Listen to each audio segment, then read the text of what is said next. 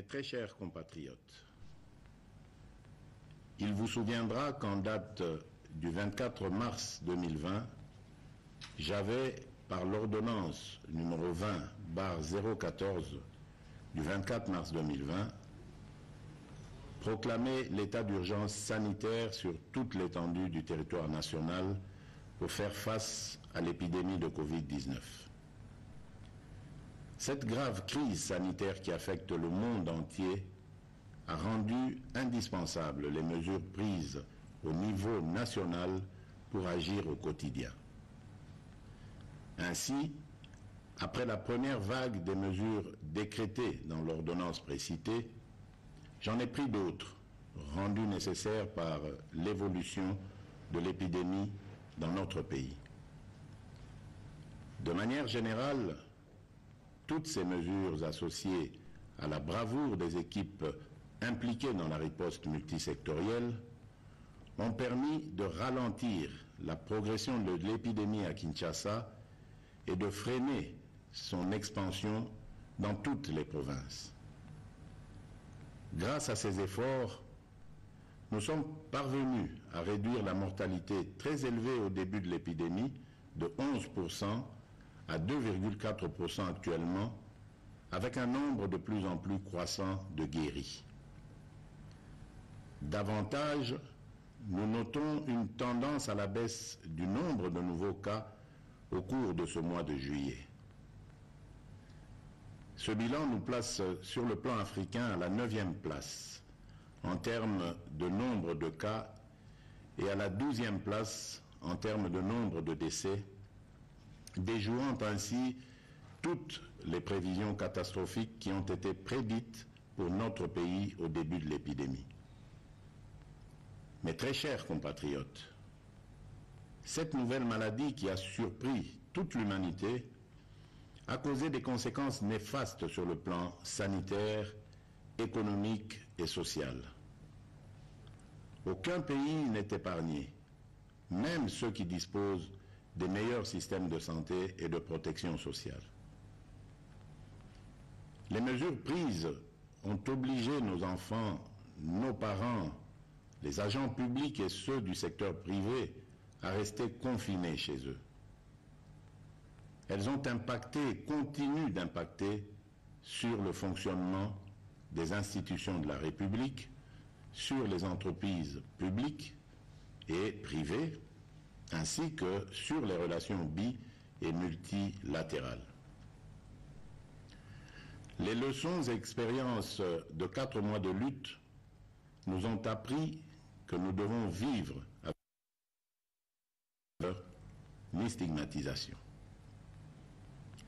Nous devons ainsi adapter nos stratégies de lutte et de prévention contre ce fléau en tenant compte de cette évidence.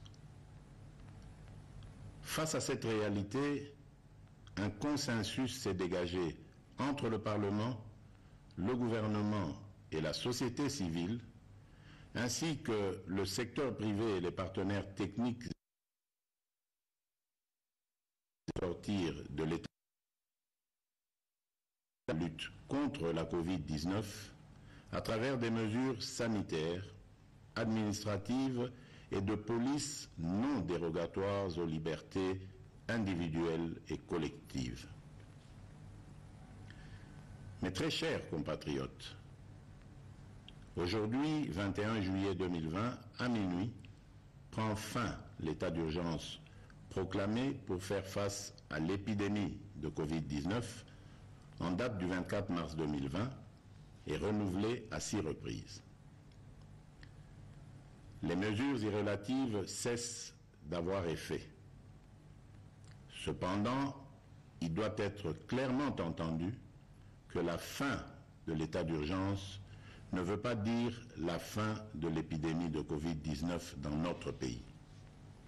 Par contre, c'est l'indication pour toute notre nation de revenir progressivement à une vie normale tout en respectant les gestes barrières et d'autres mesures irrélatives.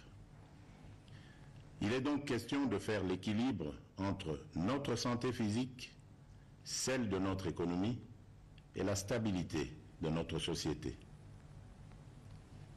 La fin de l'état d'urgence implique le retour progressif à la vie normale en respectant un certain nombre de préalables par rapport aux mesures sanitaires qui seront de stricte observation et à la reprise des activités en fonction des secteurs concernés et suivant les dispositifs mis en place par les autorités compétentes.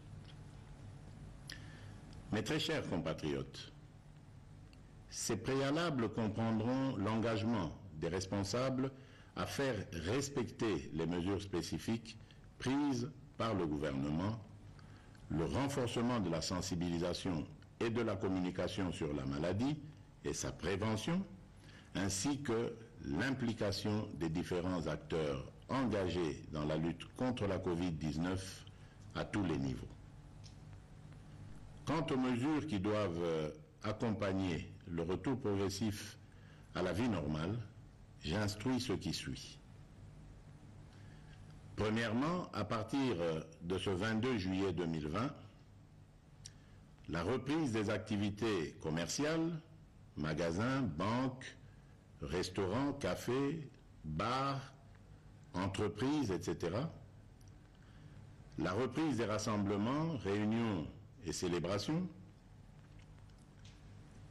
la reprise des transports en commun. Deuxièmement, à partir du 3 août 2020, la reprise des écoles et des universités, en commençant par les classes et promotions terminales. Troisièmement, à partir du 15 août 2020, la réouverture des églises et lieux de culte, la reprise des mouvements migratoires interprovinciaux, l'ouverture des ports, aéroports et frontières, la réouverture des discothèques, stades et salles de spectacle. Toutefois, pour les funérailles, les dispositifs actuels restent maintenus et doivent être de stricte application. Dans ce contexte, il sied de préciser que les modalités pratiques de reprise dans les différents secteurs seront déterminées par les autorités nationales, provinciales et locales compétentes. S'agissant des mesures sanitaires qui doivent impérativement accompagner la reprise, je rappelle la nécessité d'observer partout et en tout temps les mesures barrières ci-après. La mise en place des dispositions de contrôle à chaque entrée impliquant la prise de température, le lavage des mains et ou l'application des gels hydroalcooliques, le port correct et obligatoire des masques dans les lieux publics, le respect de la distanciation physique, le contrôle et le suivi de l'état de santé du personnel public et privé,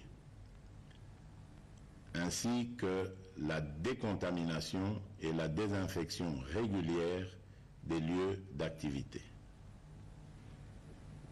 J'instruis le gouvernement de la République et tous les services habilités de prendre des dispositions nécessaires y afférentes.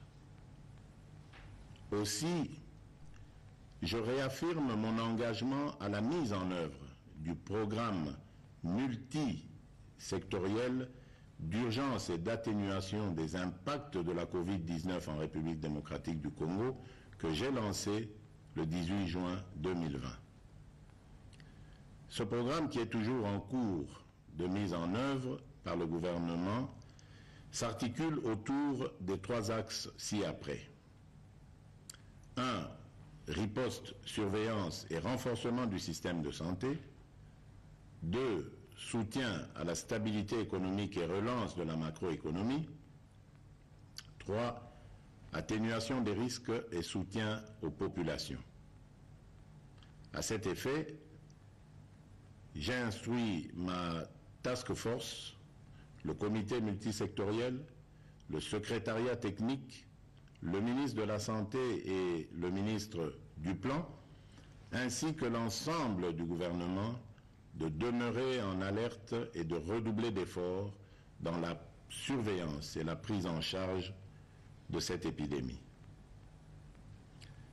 Mes très chers compatriotes, je vous invite au respect strict des mesures barrières ci-dessus décrites et aux adaptations qui vous seront proposées par le gouvernement et les services compétents afin de prévenir toute nouvelle flambée des cas qui risquent de compromettre nos efforts collectifs de contrôle de cette épidémie. J'encourage aussi tous les chercheurs dans les différents domaines à poursuivre leurs efforts dans la recherche des solutions innovantes locales pour contribuer à endiguer cette crise. J'exprime toute ma reconnaissance et tous mes encouragements aux équipes de riposte contre la Covid-19 qui, dans des conditions difficiles, ont fait et continuent de faire preuve de bravoure et de patriotisme. Je remercie aussi tous les partenaires bi- et multilatéraux qui nous assistent dans cette guerre contre la pandémie. Mes très chers compatriotes, au moment où nous amorçons une autre étape dans cette crise, je ne peux pas oublier toutes ces familles qui ont été directement victimes de ce fléau et pour lesquelles j'exprime toute ma compassion et celle de la nation tout entière.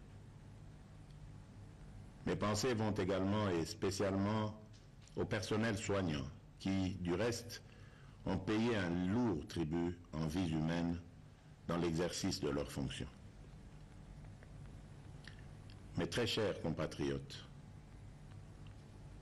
notre devenir et notre avenir dépendront de notre conscience, de notre comportement, de notre discipline et de notre solidarité, sans oublier notre profonde confiance et notre foi en la grâce divine. Que Dieu bénisse la République démocratique du Congo. Je vous remercie.